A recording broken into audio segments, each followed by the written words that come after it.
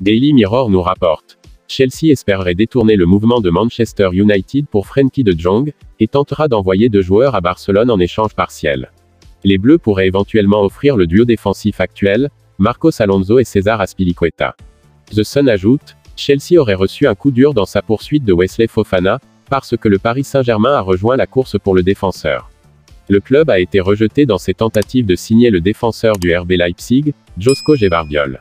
Selon The Daily Express, les Bleus travaillent simultanément sur 2 accords défensifs à succès.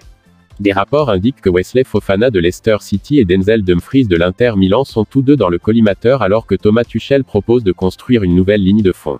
Manchester United a vu une 2e offre pour l'attaquant brésilien Anthony rejetée. The Sun confirme, les Red Devils n'ont qu'une chance sur 100 de remporter le titre de Premier League cette saison, selon un supercalculateur. Daily Mail rapporte, les fans de la Juventus ont peur, et maudissent leur malheur avec la nouvelle de la blessure de Paul Pogba, la star française recevant un coup sérieux quelques jours seulement après le début de la tournée de pré-saison du club aux États-Unis. Indépendant ajoute, Roberto Firmino a insisté sur le fait qu'il voulait rester à Liverpool alors qu'il se déplaçait pour annuler les spéculations sur son avenir au milieu des liens avec la Juventus. Selon The Athletic, Fulham a des offres sur la table pour Malang Sarr de Chelsea, et Issa Diop de West Ham.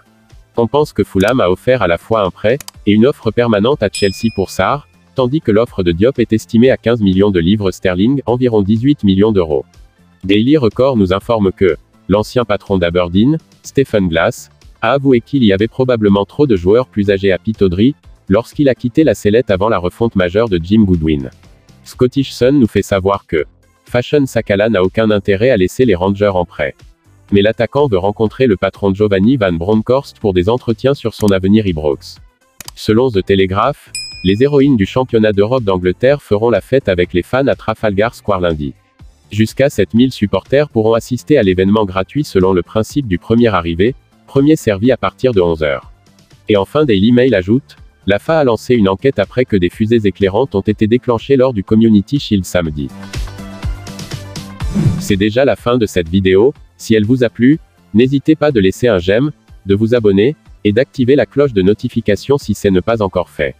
Vous pouvez aussi regarder ces vidéos proposées pour vous. À la prochaine pour d'autres vidéos. D'ici là, portez-vous bien.